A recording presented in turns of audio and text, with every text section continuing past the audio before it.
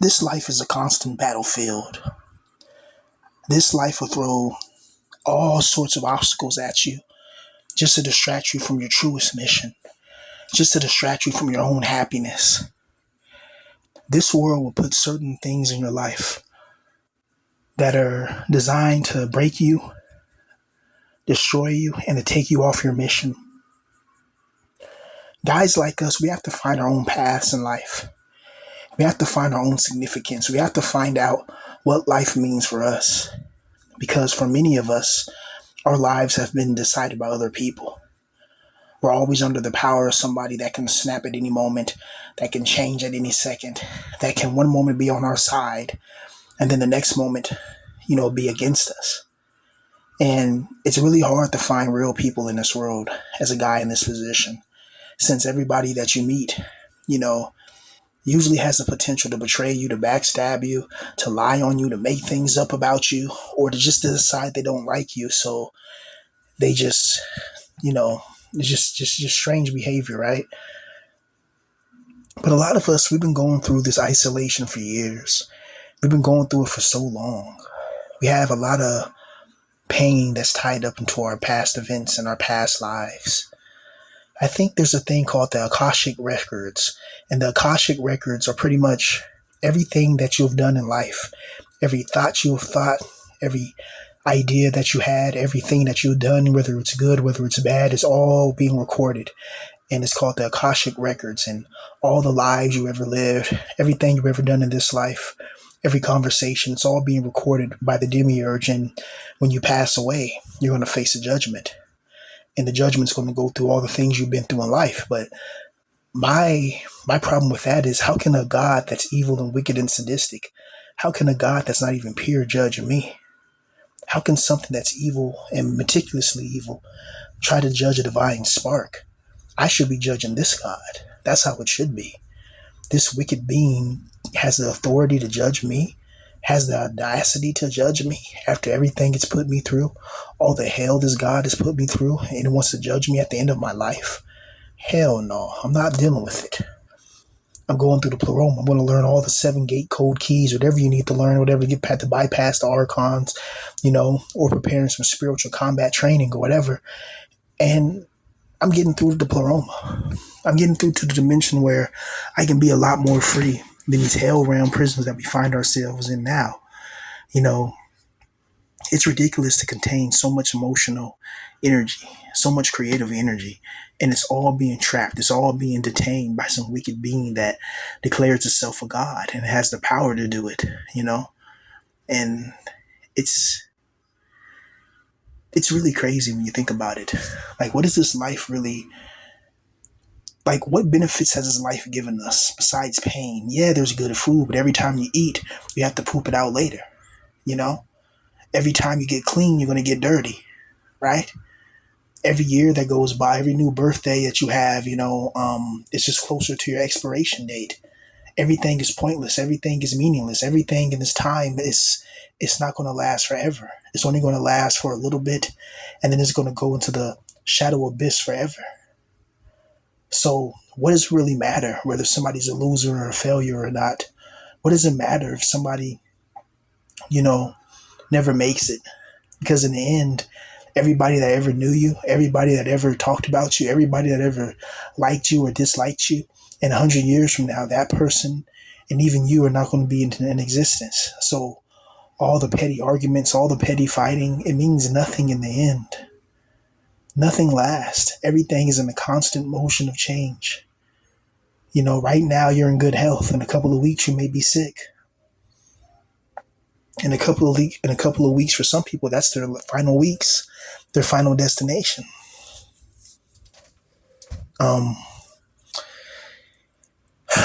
It's absolutely brutal to think about, when you're older in this life, that you have many more years to come, many more scars to be earned, many more battles to fight, and you already been through 10 world wars in your own mind and your own events in your life.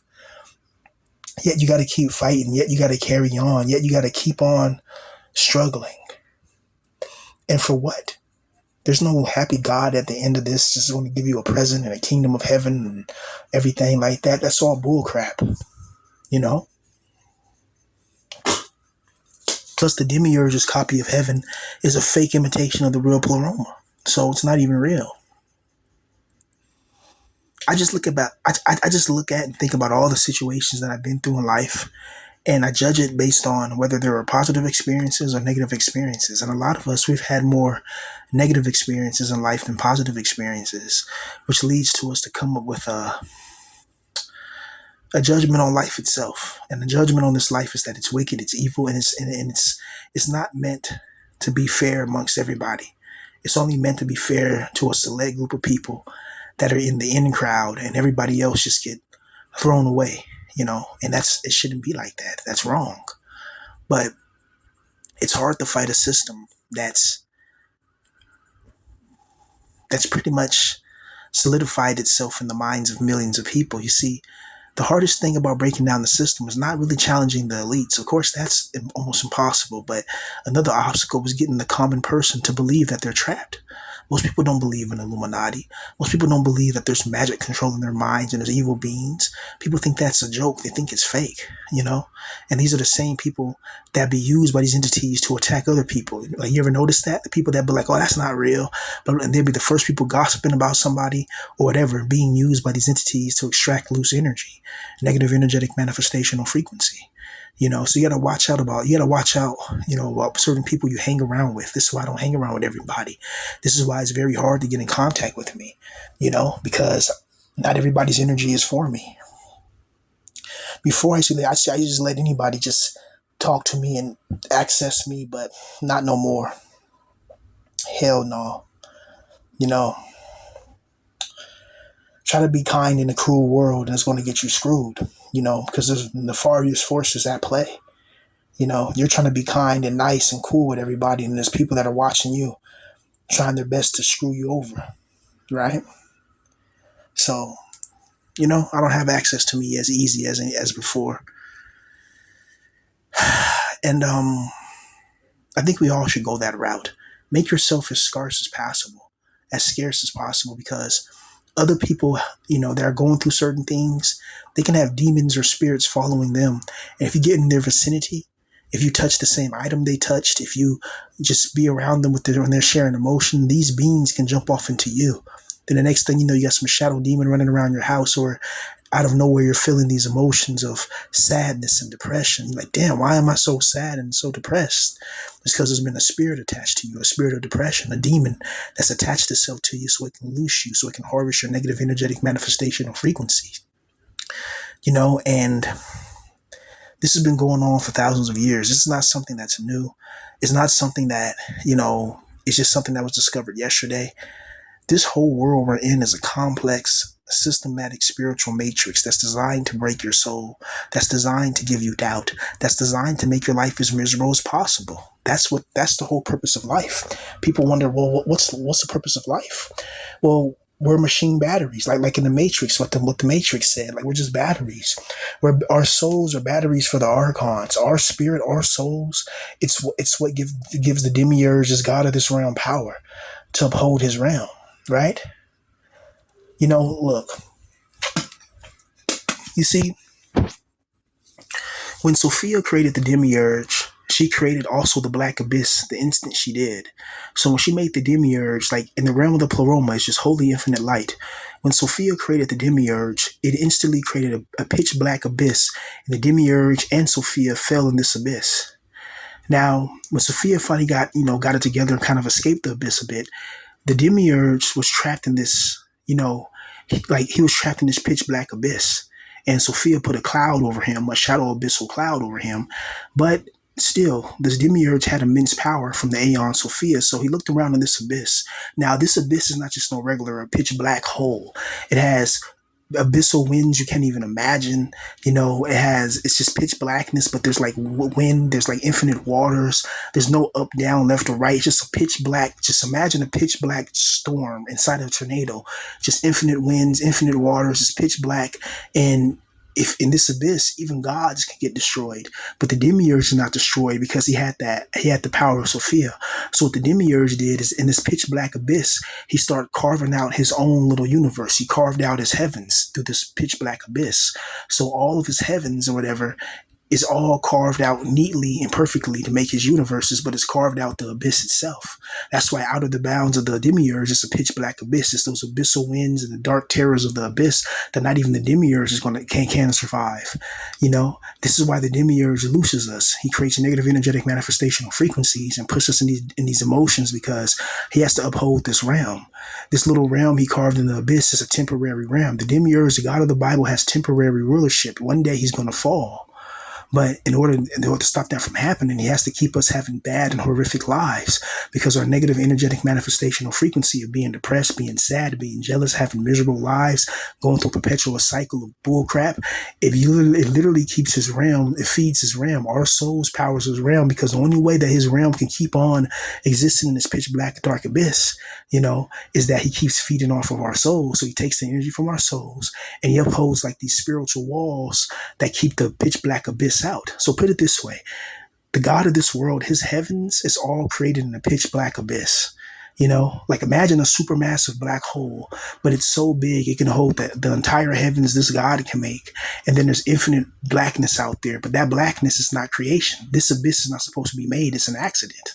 So pretty much Sophia created simultaneously an abyss that was never there before, and a being called the demiurge, the God of the Bible, who's a voracious, tenacious, vicious creature that has its own form of righteousness and judgment. And this being is called the God of the Bible. And it's why all the religions of the world worship the same being. They each worship an archon that's connected to the same being, So that's just a little bit of Gnostic theology right there. So pretty much, like when you look into the sky at night, you see the universe, you see the stars, but beyond that, it's the pitch black abyss, But the demiurge holds his heaven inside this abyss, but he uses our soul energy to make sure that his realm walls are held up because the abyss is always attacking, you know, you know. And plus the demiurge, I believe, gets sick pleasure from this, since the archons can't create anything, except they can just imitate things really good. And they're the absolute rulers of this world. They've done genetic human splicing and all that crap, and it's why you hear the myths of giants and the myths of fairies and elves and jinns and genies and water pixies and water sprites and water fairies. You hear all these mysterious cryptids and creatures, and you think it's just fantasy and it's fake. But if you look inside the classified Central Intelligence Agency documents, they talk about mysterious beings and creatures and things that can't be explained. They talk about haunted houses and haunted places where even Native American shamans won't go because they say that there's certain entities that can follow you home, and some of these entities are very dangerous. These entities have the power over your flesh, so they can give you a rare type of brain cancer. They can give you a rare type of liver these entities can give you stuff that can affect your flesh. I think it was in the Greater Keys of Solomon. It was either the Greater Keys or the Lesser Keys of Solomon. One of the demons presented themselves to King Solomon, and Solomon was like, "Okay, what's your name and what's your rank and where you come from?" And the demon just said, "I'm the demon of woo woo woo." He said whatever his name was. He's like, I'm the demon. Woo, woo, woo. He said his name, and he's like, I'm the demon that causes women to have stillbirths. So this demon is responsible if a woman's trying to have a baby. This demon uses a demonic power and makes the girl have a stillbirth. And there was another demon that's able to give people skin boils, and even in the book of Job, where the Bible, where the demiurge tells Satan, he's like, you can do with Job whatever, just don't take his life. And then so Satan, which is a spirit, has the power over the flesh, which he can give him boils and make his skin rot and all that. But the demiurge told him, just don't kill him, right? And that's another sick story, the story of Job, So the Bible has right in front of our faces that the being is evil. This being that we call God, this entity is the enemy of humanity based on its own actions. It acts like a tyrant, It doesn't act like a loving, caring, sophisticated being, And it's ridiculous because a lot of us, our lives would be a lot better if only, we had a good, loving God, if this God even exists, If we just had some type of supernatural being doing supernatural things for us and looking out for us, making sure we're happy, making sure that we have good lives instead of these lives that are lies and this misery. It's just not good to keep going through pain in an extended period of time. And periodically you have a little bit of reprieve, a little bit of breath, a little bit of, something that resembles peace, but in the end, it's not really peace because you can never really have peace in the hell realm. It's like being in the ocean and there's like all this turbulent water around. For a moment, you may get your head out the water and taste the breath of fresh air. But even in the North Atlantic Sea, that breath is that air is cold, and then boom, your head's back under the dark water. You don't know what's in the damn water. You can have a giant octopus or a giant squid or a giant whale swallow you, or some unmysterious cryptid, you know, that can swallow you whole. You don't know what the hell's in that water, right? And something we have to do now is face our fears. Because when we pass away, the demiurge is going to use all your fears against you. If you're scared of spiders, he's going to put you in a giant chamber of giant spiders everywhere. If you're scared of snakes, whatever, you're scared of worms, you're scared of drowning, he's going to put you in a pitch black abyssal sea and throw you. You think I'm joking? You know what I mean? Like the demiurge knows your fears and he'll do anything. He'll put you in an abyssal sea, an abyssal ocean with scary 1,000-foot waves and pitch black around you, then show you a little light and then say, come into that light. And then if you're scared, you're like, okay, I'm going to that light. Boom, your soul trapped, reincarnated. But if you try to go into the dark abyssal waters or whatever the demiurge doesn't want you to go, that's going to anger him. He's going to up the ante. You know, this is what we have to think about. Like death, like passing away is not a peaceful thing. There's a God that hates you. He hates your divine spark. He doesn't like you. The God of this world is against you. He does not like you. He has hatred in his heart. He has evil in his heart. He doesn't have compassion, love, and tranquility. So expect when you pass away, your most horrifying fears will come upon you, and you have to fight through that fear. If you don't fight through that fear, which hell, we're all here right now, so we all failed. You're going to be soul trapped and brought back here. If you're too scared, if you bring like whatever your fear is, he's going to put it upon you. I know it's scary. Yeah, scary. But that's just the reality. We live in a scary reality. We live in a scary physical realm. There's a scary spiritual realm, and it's going to get worse every year. And eventually they want to take our consciousness and control that. The very essence of consciousness, the very essence of how we perceive reality, they want to control that. They don't want to give us no reprieve. They don't want to give us no respite. They want to give us just total annihilation and domination with all these evil code calculations. They want us to face obliteration. They don't want us to actually thrive in life. That's why I can't stand the government infrastructure and these government systems. They want us to fail. They built these systems in place that are designed for you to fail.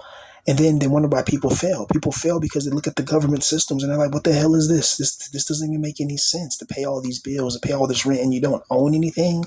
You buy a freaking video game. You pay $125 for a video game, limited rare edition.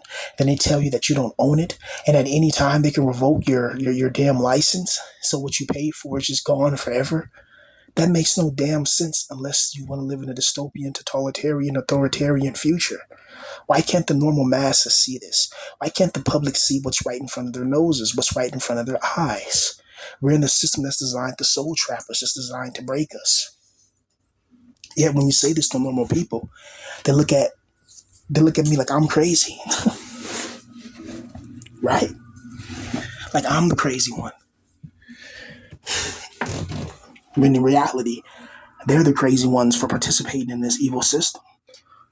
It makes no damn sense. It really doesn't. All those years of pain we had to go through.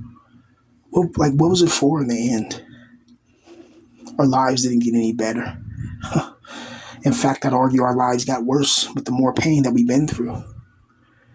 A lot of us, we've developed deep psychological issues.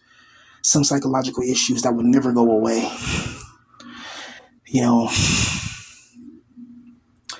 And it hurts. Being alone and isolated, having nobody really to talk to, nobody to go to.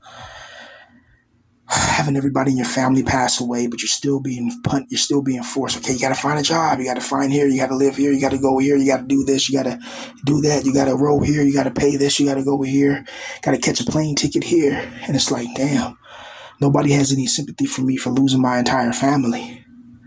Nobody has any sympathy for a grown man that's going through it, especially my skin color configuration. A lot of people feel like you deserve it, and these are the evil bastards of the demiurge, the Hylics, the NPCs, and the soulless, heartless beings. These are the beings that run the world, Like that movie called They Live, I believe, and you put those glasses on, then you see these reptilian bastards everywhere, and then you start to notice that the reptilians are everywhere. You know, them, their minions, their henchmen, they're literally everywhere. And it gets worse, right? For so long, we've faced government oppression. For so long, we've went without the things that we wanted in life and the things that we loved for such a long time. What does that do to a man's mind when he's always getting rejected, when he's never selected? That has to do something to a man's mind, and it's not good. You know, always getting rejected. Women are laughing, teasing, not wanting nothing to do with you. That doesn't make you very confident as a man, does it? Whenever you try to stand up for yourself, you get punished. Whenever you try to defend yourself, you get punished. It's like this world punishes good people. It's like if you try to be good in this world, you get punished. It's like the world like forces you to be evil, and I think that's a play by the demiurge. You got to be evil to survive, so that way you're always at a low vibrational frequency, so you can't escape the demiurge when you pass away. Because in order to enter the pleroma, you have to have a high vibrational frequency. So if you're somebody that's always doing evil and doing wickedness, you're going to stay trapped with the demiurge in his lower realms. You know, it's scary, man, because it's almost impossible to get past the demiurge. And who do you trust in the afterlife? How do you know who's telling you the truth? Right? How do you know what's even true? That's what's crazy about this world, you know? You don't even know what's even true.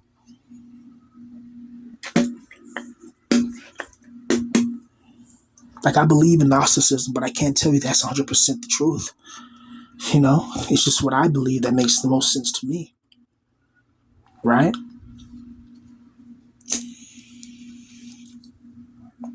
It's what makes the most sense to me. But, you know, you got to do your own research, study, and analyzation and evaluation and come to your own conclusions, man, about this world. I just think that we're living in some type of simulation, some type of matrix that's designed to scare you, to intimidate you, to break you, to make you lose your confidence, to make you lose your belief in yourself, and to make you feel small, to make you feel like you're just not wanted. And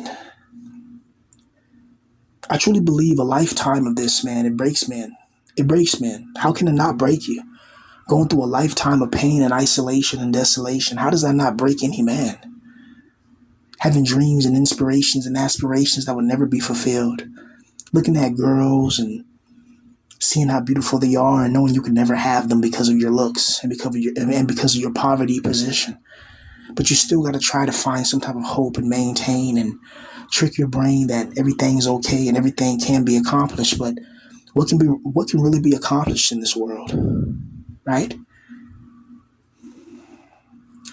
What can be accomplished in this world where you need help to accomplish things? You need to build relationships with people, but people like us, you know, nobody wants to build with us because nobody believes in us. Nobody likes us. And then there's people that can see your talent and then want to sabotage your talent as well. That can be people in your own family. They can see your talent and they don't want you to get better than them or bigger than them. So they'll do anything in your power to sabotage you. Like they may meet somebody that can help you get into a certain situation and they won't tell you anything about it until that person becomes an enemy or something like that, until that bridge is burned. And then they'll tell you about it, knowing that you can never utilize that bridge because it's already been burned before it even presented itself before you. So you got to watch out for people like that. Like a lot of people got a lot of negative, emotions, a lot of negative, just a lot of negative crap. And I try to stay away from any negativity, man, because negativity is how the archons feed. But when you're a guy like us in this position, negativity just finds you. You could be somewhere and people just start arguing outside the room. They try to pull you into an argument or pull you into something, or it's weird. It's like people just It's like something just wants your attention so they can feed off of you. You know, it's like they want your negative energetic manifestation or frequency. They want it so because it's something about you that gives them strength, that feeds them. It's ridiculous. You know, but you can but you can never feed parasites because they continue to grow once you feed them. You know, the parasite passes away when the host, passes away. But for us in this position, man, it's like sometimes the days just it's just the days never change, they never differ, they get worse. They just start to blur into one, and then you think last Wednesday is the same as last Monday, and it's just like like when you're a NEET, your life comes like pretty much becomes that, you know, pretty much.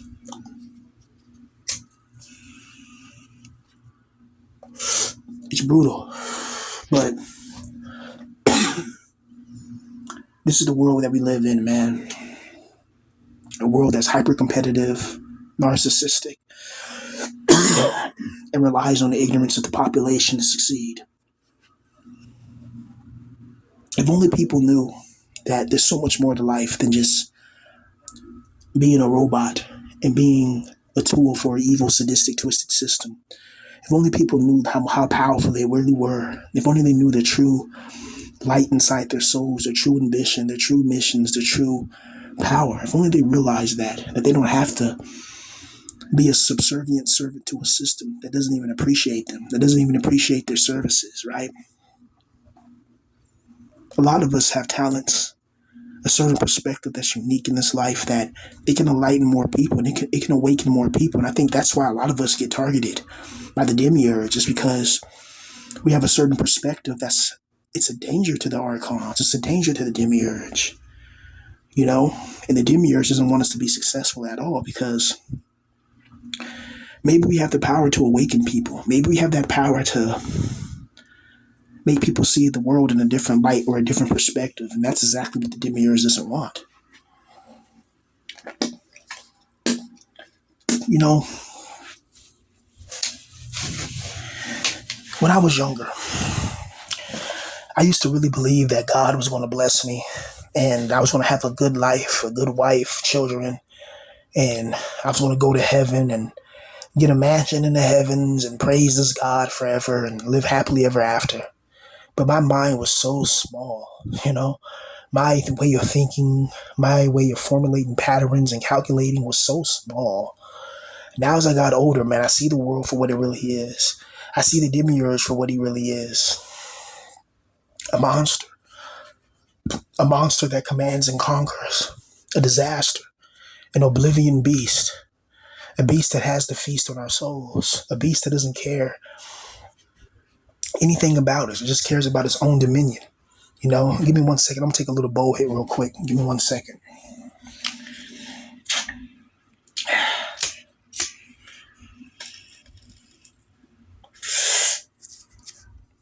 All right. Back in business, man. Now,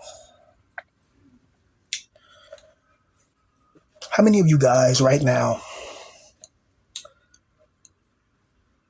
how many of you guys would do anything to live out your dreams?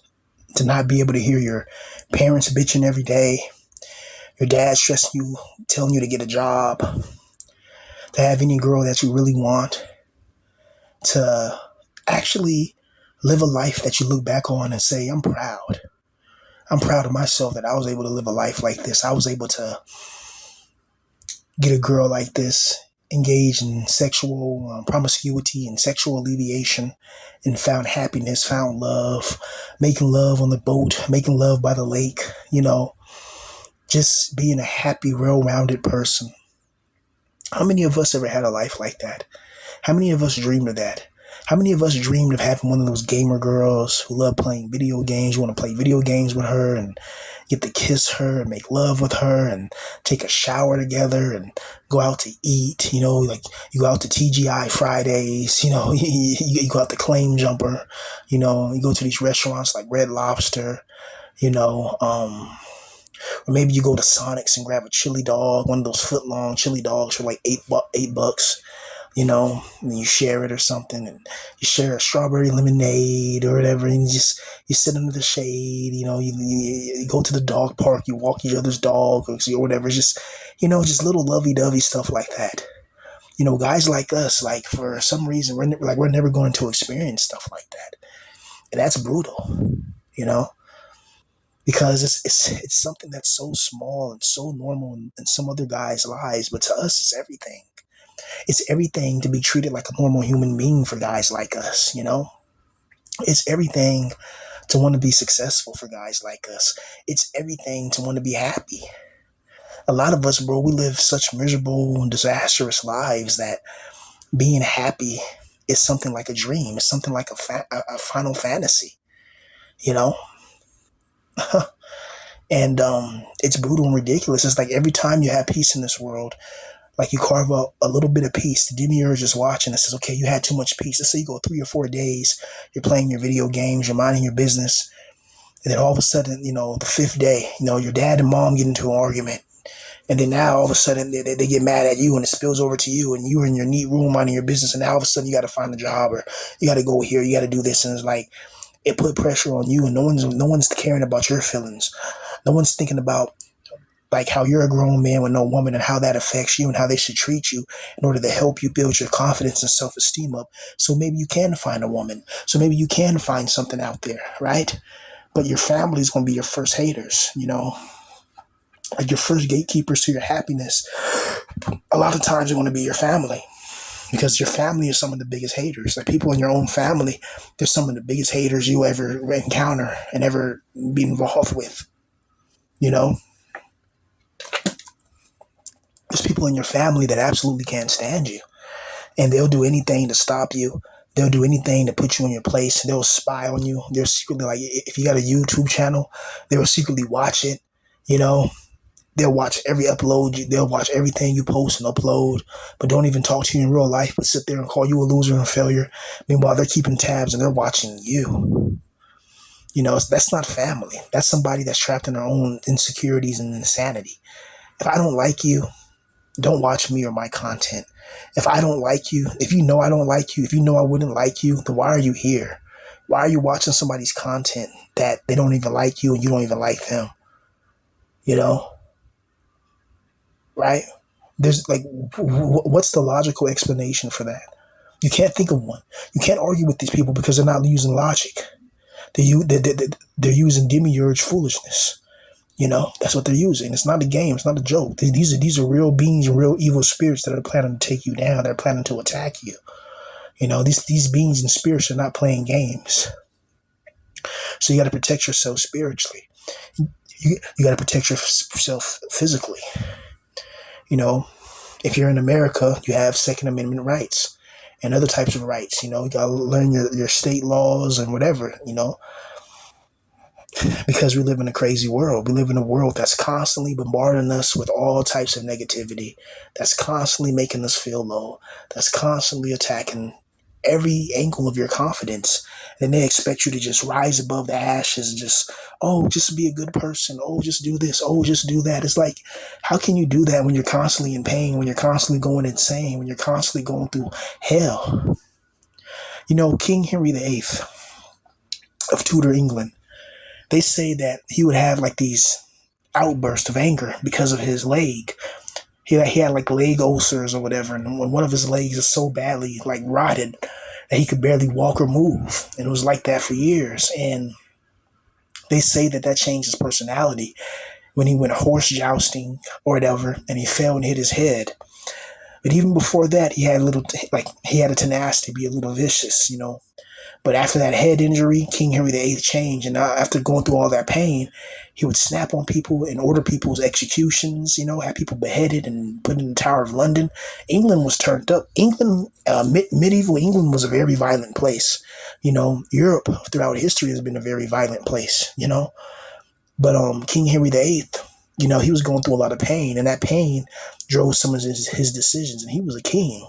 He had his ass kissed every day. But imagine us going through that type of pain where every day we're in pain, but we're not kings. A lot of us are peasants, modern day peasants.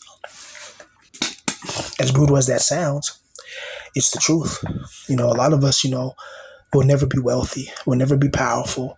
We'll never have the girls that we really want.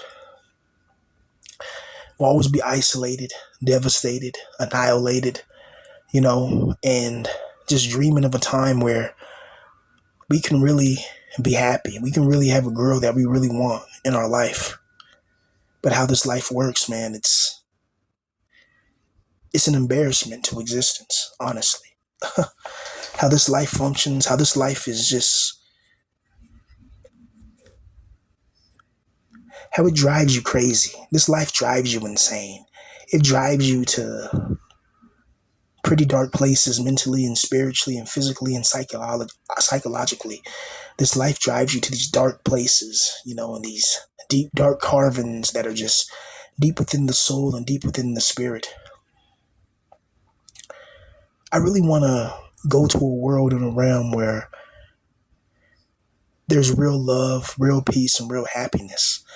Not a world and not a realm where I'm just surrounded by so much evil, so much vindictive, sick, sadistic, twisted people that have their own agendas, they have their own beliefs, they have their own definition of what's right and what's wrong. And usually their definition is just full of crap. Hold up real quick. Give me one more second. I'm not gonna waste up any more of you guys' time. I just wanted to talk a little bit, man. Get some stuff off my chest. Give me 1 second.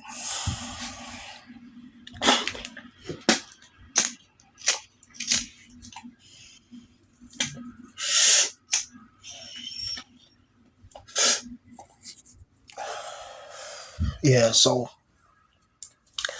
I don't know, man. Like for guys like us who are older, huh, where's our hope? How can we have hope in a life like this? In a life where everything is designed to make you feel hopeless. Everything is designed to make you feel small. It's all designed to make you just not be happy. How can you be happy in a world that doesn't want you happy?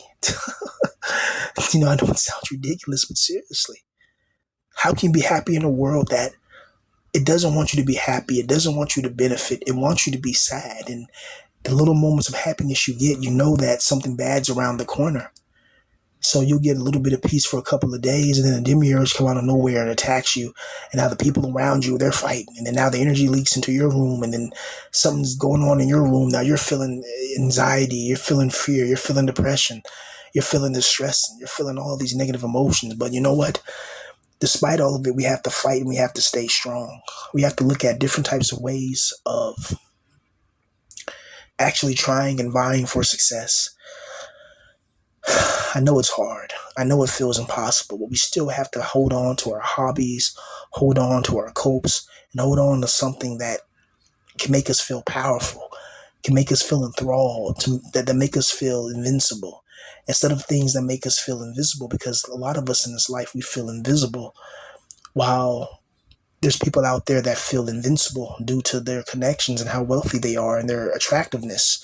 But a lot of guys like us, we feel on the lower side simply because we don't fit into the social paradigms of the world. But you know what? You got to find something about yourself that you like, something about yourself that you believe in, and something about yourself that really can help your mind.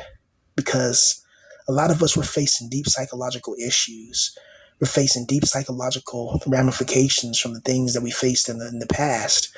Certain events that are still with us, certain people that are no longer here, that we may have had beef with when they were alive. Now they're gone forever. And it's like, what's the point of beefing with a person that's not even in this existence anymore? There's no point, right?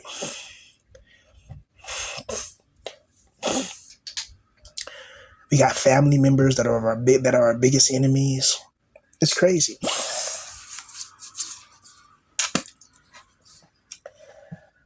Um, what a sick, twisted place we live in, man. This planet called Earth. This planet called the Hell Realm Prison, designed to soul trap the entities and soul trap the divine sparks. These entities designed the world to trap divine sparks. Yeah, that's what I meant to say. These entities are enemies to humanity, and they cause us great insanity. We got to stay strong, gentlemen. We Because strength is our only thing that we have. We have to endure. We have to be persistent and resistant to these evil, sadistic, twisted forces that are trying their best to get our negative energetic manifestation or frequency called loosh. Stay strong, troops. Stay strong.